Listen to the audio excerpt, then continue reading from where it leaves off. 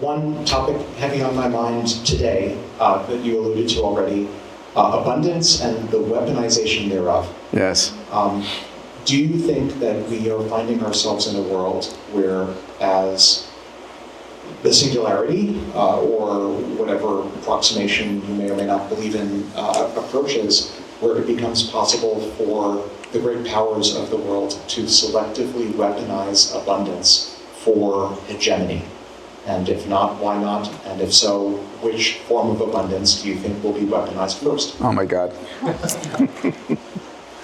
So I have zero doubt that we're heading towards this world. So back in 2012, I wrote a book with Stephen Kotler called Abundance, the Future is Better Than You Think.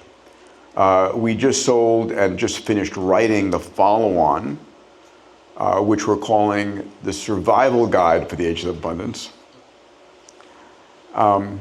Because one of the things is we have created an abundance of everything, both good and bad. So I do believe we're heading towards a world in which you can have anything you want, anytime you want, anywhere you want.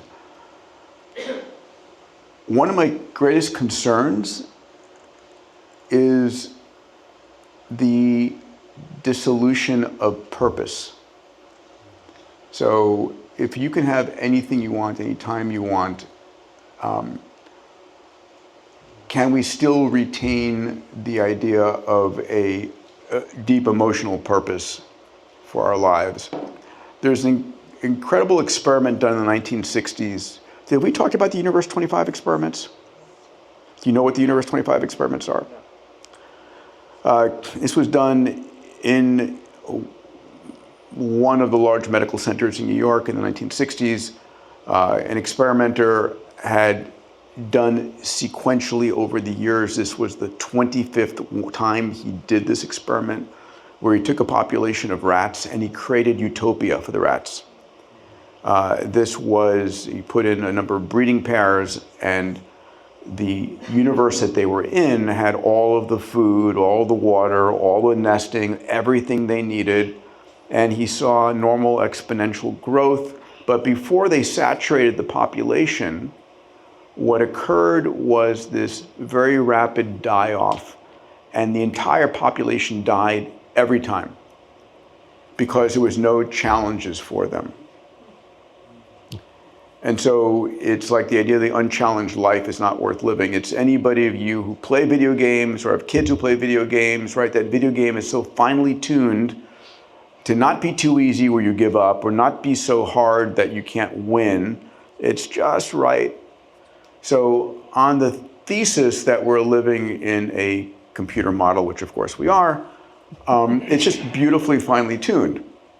But what happens if everything becomes available all the time and we have true maximal abundance of anything you want, because nanotechnology and AI and robotics and 3D printing and all the accoutrement of exponentials makes it possible for us? How do we up-level our challenges? Not quite the weaponization of abundance that you were speaking of, but this is on my mind. I think I'm curious about, you keep bringing up this idea that we might be going too far in technology in some ways. I don't think I said that.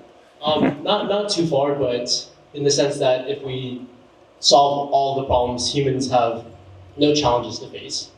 Things like this. Okay. And I guess I wonder, at what point do you develop technology? And the point you brought up about uploading your brain to the cloud. Yeah. Is there a point that's too far? Is there some metric we can use to figure out if we've gone too far in some direction and it's potentially dangerous? So I don't think there is any on-off switch, and I don't think there's any velocity knob. I think we are accelerating at a pace which is unconstrained. We're spending $1 billion a day, or is it $1 billion a day being invested in AI today? And it's driving, super exponential breakthroughs, and digital superintelligence, if it isn't right on the edge, is here very soon thereafter, which will just accelerate everything even further. So there is nothing that's going to slow this down, I hope, because the things that can slow this down are not things I want to live through. But I do think it's on us, on our responsibility to look at how we up-level the challenges we take on. So I close my next book on abundance with a look at how do we go 1,000x bigger in our dreams. You know, Alex, you and I talked about the human race coupling with AI, that there is a moment in time here as AI is taking off. You know, think of the movie Her, and we humans are sublinear at best. You know, do we couple and accelerate with AI? We're giving birth. AI is a new life form. It is a new species. Will we hybridize with them? I mean, these are the conversations I think that are very real. I don't think anybody on the planet today truly understands how fast things are going to get in the next 4 years, and the implications thereof. Clearly not in 99.999%. And so there's going to be some, disruptions as a result of that.